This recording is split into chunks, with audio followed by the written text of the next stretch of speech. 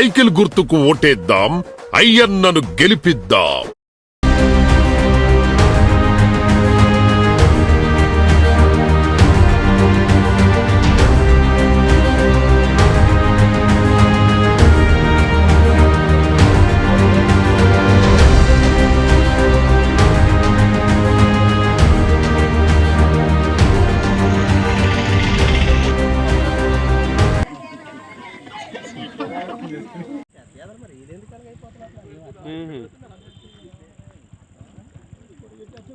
మీకే తెలియాలి.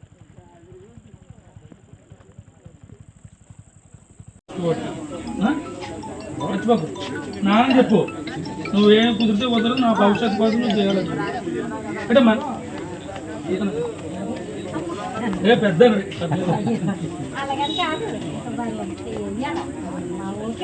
అది మన బాధ్యత. అదే ఈరోజు నర్సీపట్నం మున్సిపాలిటీ 20వ వార్డు బలిగట్టం గ్రామంలో ఇంటింటికి తెలుగుదేశం అనే కార్యక్రమంతో ప్రచారం అన్నది మొదలు పెట్టడం జరిగింది. మేము ఏ ఇంటికి వెళ్ళినా, ఏ గడప ఎక్కినా, ఎవరిని అడిగినా సరే మేము తెలుగుదేశం పార్టీ, బీజేపీ అభ్యర్థుల్ని తప్పకుండా గెలిపిస్తాం, అది మా బాధ్యత అని చెప్పేసి కరాఖండిగా అన్నది మాకు భరోసా ఇవ్వడం జరుగుతుంది. ఎందుకమ్మా అలాగనంటే, ఈ రాష్ట్రం ఒక 20 సంవత్సరాలు వెనక్కిపోయింది. రాష్ట్రాన్ని గాడిలో పెట్టాలనుకుంటే, అదేవిధంగా ఒక ప్రజాపాలన అందించాలన్నా, ఒక స్వర్ణయుగం రావాలన్నా అది ఒక విజన్ ఉన్న నాయకుడు చంద్రబాబు నాయుడు గారితోనే సాధ్యపడుతుంది. కాబట్టి మేము కంపల్సరీగా చంద్రబాబు నాయుడు గారిని, ఇక్కడ అయ్యన్న పాత్రుడు గారిని, అదేవిధంగా ఎంపీ అభ్యర్థి సీఎం రమేష్ గారిని గెలిపిస్తామని చెప్పేసి అంటున్నారు. ఒక విధంగా చూసుకుంటే అవ్వాతాతల దగ్గరికి వెళ్తున్నాం.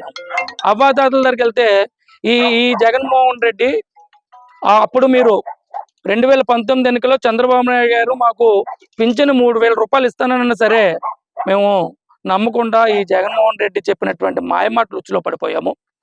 మాకు 3000 పెంచుతానని చెప్పేసి దఫదఫాలుగా 250 రూపాయలు ఒకసారి, మళ్ళీ 2 సంవత్సరాలు పోయిన తర్వాత 250 రూపాయలు, అలాగా ఈ సంవత్సరానికి 3000 రూపాయలు పెంచి మమ్మల్ని మోసం చేశాడు. కాబట్టి మేము అవ్వాతాతలు ఎవరు కూడా జగన్మోహన్ రెడ్డికి ఓటు వేసే ప్రసక్తి లేదు అని చెప్తున్నారు.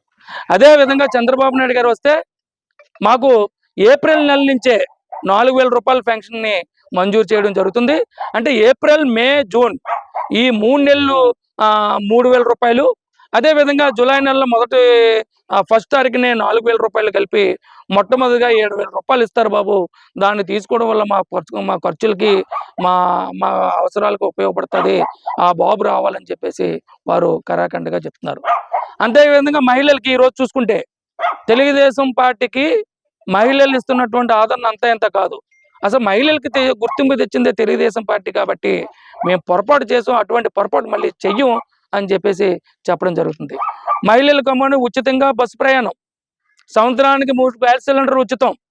అదేవిధంగా ఇంట్లో చదువుకుంటే పిల్లలు 18 సంవత్సరాల లోపు చదువుకుంటే పిల్లలు ఎంతమంది ఉంటే అంతమందికి ఒక్కొక్కరికి 15,000 రూపాయలు చెప్పిన, ఇద్దరుంటే 30,000, అదేవిధంగా ముగ్గురుంటే 45,000 రూపాయలు తల్లుల అకౌంట్లో వేస్తారు. అదేవిధంగా 18 సంవత్సరాలు దాటిన ప్రతి మహిళలకు కూడా నెలకి 1,500 రూపాయలు చెప్పిన సంవత్సరానికి 18,000 రూపాయల వరకు వేయడం జరుగుతుంది.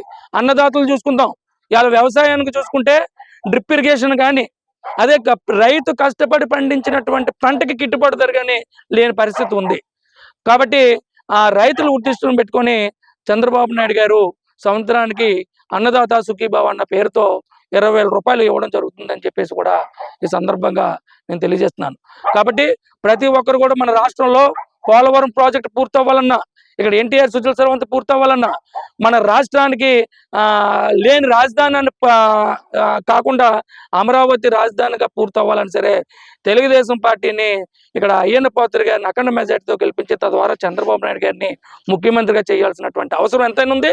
అంతేకాకుండా సీఎం రమేష్ గారిని కమలం గుర్తుపై కూడా ఓటు వేసి వారిని ఎన్డీఏ కూటమిగా వారిని కూడా గెలిపించి ప్రధానమంత్రిగా మోడీ గారిని చేయాల్సినటువంటి అవసరం ఉందని చెప్పేసి ఈరోజు ప్రతి ఒక్కరూ భావిస్తున్నారు.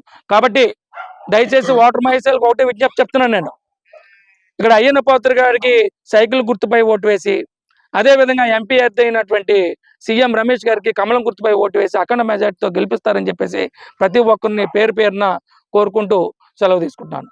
ఈరోజు ఈ జగన్మోహన్ రెడ్డి ఇచ్చినటువంటి మేనిఫెస్టో చూసుకుంటే వాళ్ళ పార్టీ నాయకులు అసహించుకుంటున్నారు.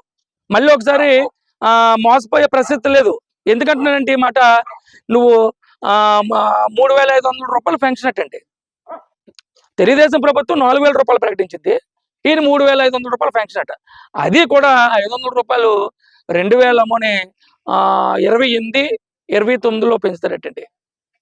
సో దాన్ని చూసుకుంటే చాలా వరస్ట్గా ఉంది అది.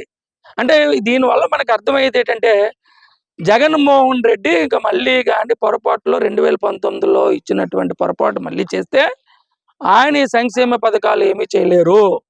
ఇప్పటికే కొన్ని లక్షల కోట్లు అప్పులు పాలు చేసినటువంటి ఈ జగన్మోహన్ రెడ్డి, అదే చంద్రబాబు నాయుడు గారికి అయితే ఆయన విజన్తో ఆయన సంపద సృష్టించడం చేతనవును, ఆ సంపదని సంక్షేమాన్ని ఒక విధంగా, అదే విధంగా అభివృద్ధిని కూడా రెండిని కూడా సమకాలుగా సమకాలుగా నడిపించే ఏకైక నాయకుడు చంద్రబాబు నాయుడు గారు అని చెప్పేసి కరాఖండిగా చెప్పదలుచుకుంటున్నాను.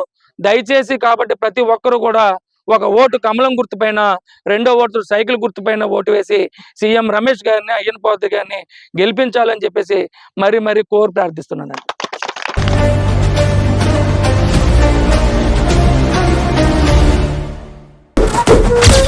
సైకిల్ గుర్తుకు ఓటేద్దాం, అయ్యన్నను గెలిపిద్దాం. నిరంతర వార్తా సమాచారం కోసం మా వి న్యూస్ ఛానల్ సబ్స్క్రైబ్ చేయండి. నోటిఫికేషన్ కొరకు బెల్ ఐకాన్ని యాక్టివేట్ చేయండి.